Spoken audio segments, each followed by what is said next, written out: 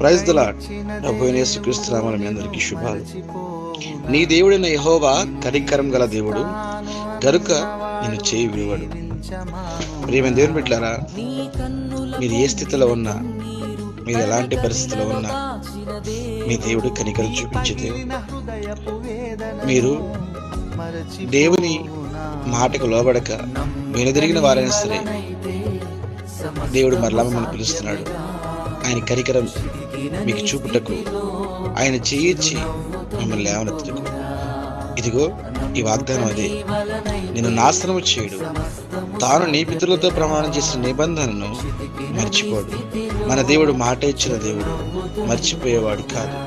ప్రియమైన దేవుని బిడ్డలారా, మీరు దారి తొలగి ఉన్నారేమో.